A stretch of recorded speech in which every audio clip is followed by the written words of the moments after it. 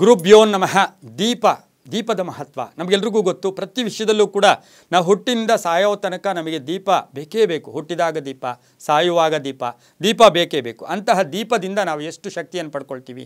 ಧನಾತ್ಮಕ ಶಕ್ತಿ ಹೇಗಿರುತ್ತೆ, ವ್ಯಾಪಾರದಲ್ಲಾಗ್ಬೋದು, ಉದ್ಯೋಗದಲ್ಲಾಗ್ಬೋದು, ಹಾಗೆಯೇ ಮನೆಯಲ್ಲಾಗ್ಬೋದು. ಯಾವ ರೀತಿಯ ಈ ದೀಪದ ಮಹತ್ವ, ಮಣ್ಣಿನ ದೀಪ ಆಗ್ಬೋದು, ಬೆಳ್ಳಿಯ ದೀಪ, ಕೆಲವ್ರಿಗೆ ಅನುಕೂಲಸ್ಥರು ಬಂಗಾರದ ದೀಪ, ವಿಧವಾದ ದೀಪಗಳಿಂದ ಕೂಡ ನಾವು ಇವತ್ತಿನ ದಿವಸ ದೀಪ ಹಚ್ತೀವಿ.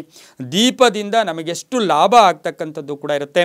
ಯಾವಾಗಲೂ ಕೂಡ 2 ಬತ್ತಿಯನ್ನು ಉಪಯೋಗಿಸಿ ದೀಪವನ್ನು ಕೂಡ ಹಚ್ಚಬೇಕಾಗಿರುತ್ತೆ. ಅದರೊಂದಿಗೆ ಹೂಬತ್ತಿಗಳನ್ನು ಕೂಡ ಹೂಬತ್ತಿ ಮಾಡಿರ್ತಾರೆ, ಒಂದೊಂದು ಇಡಕ್ಕೆ ಹೋಗ್ತಾರೆ, ಇಡಬಾರ್ದು. ಹೂಬತ್ತಿಯಲ್ಲೂ ಕೂಡ 2 ಬತ್ತಿಯನ್ನು ಇಡಬೇಕು.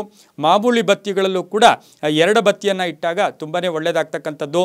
ಎಲ್ಲೆಲ್ಲಿ ದೀಪ ಹಚ್ಚಬೇಕು? ದೇವರ ಮನೆಯಲ್ಲಿ ಹಚ್ತೀವಿ, ಬಾಗಿಲ ಹತ್ತಿರ ಹಚ್ಚತಕ್ಕಂಥದ್ದು, ದೇವಾಲಯದ ಕಂಬಗಳ ಹತ್ರ ದೀಪಗಳನ್ನು ಹಚ್ತೀವಿ, ಹಾಗೆ ದೇಗುಲದ ಶಿಖರ ಇರ್ತಕ್ಕಂಥ ಆ ಜಾಗದಲ್ಲಿ ಹಚ್ಚತಕ್ಕಂಥದ್ದು, ಮನೆಯ ಅಂಗಳದಲ್ಲಿ ಹಚ್ಚತಕ್ಕಂಥದ್ದು, ತುಳಸಿ ಇರ್ತಕ್ಕಂಥ ವೃಂದಾವನದಲ್ಲಿ ಹಚ್ಚತಕ್ಕಂಥದ್ದು, ಹಾಗೆ ಪ್ರವಚನ ನಡೀತಕ್ಕಂಥ ಜಾಗದಲ್ಲಿ ದೀಪ ಹಚ್ತೀವಿ. ಅದರೊಂದಿಗೆ ಹಸುವಿನ ಕೊಟ್ಟಿಗೆಯಲ್ಲಿ ಯಾರು ದೀಪ ಹಚ್ತಾರೋ ಆ ಹಸುವಿನ ಕೊಟ್ಟಿಗೆಯಿಂದ ಮನೆಯಲ್ಲೂ ಕೂಡ ಇದರಿಂದ ಏನಾಗುತ್ತೆ, ಮನೆಯಲ್ಲಿ ದೀಪ ಹಚ್ಚಿದಾಗ ಧನಾತ್ಮಕ ಶಕ್ತಿ ವೃದ್ಧಿ ಆಗುತ್ತೆ. ಕಚೇರಿಯಲ್ಲಿ ದೀಪ ಹಚ್ಚಿದಾಗ ಧನಾತ್ಮಕ ಶಕ್ತಿ ವೃದ್ಧಿ ಆಗ್ತಕ್ಕಂಥದ್ದು.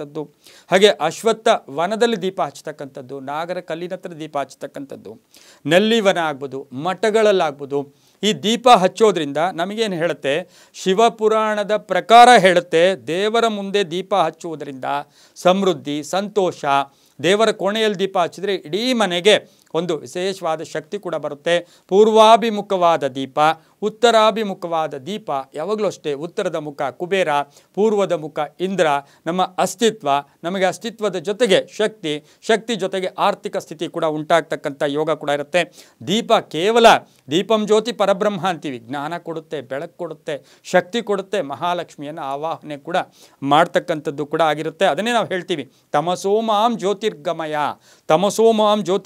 ಅಂತ ಹೇಳ್ತೀವಿ. ಸೂರ್ಯನು ಇಡೀ ಪ್ರಪಂಚಕ್ಕೆ ದೀಪ ಆದರೆ, ನಾವು ಮನೆಯಲ್ಲಿ ಹಚ್ಚತಕ್ಕಂಥ ದೀಪ ಶುದ್ಧವಾದ ಮನಸ್ಸಿನಿಂದ ಸಂಕಲ್ಪ ಮಾಡ್ಕೊಂಡು ದೀಪ ಹಚ್ಚಿದ್ದೆ ಆದರೆ ನಿಮ್ಮೆಲ್ಲ ಆಸೆ ಆಕಾಂಕ್ಷೆಗಳು ಕೂಡ ಈಡೇರುತ್ತೆ.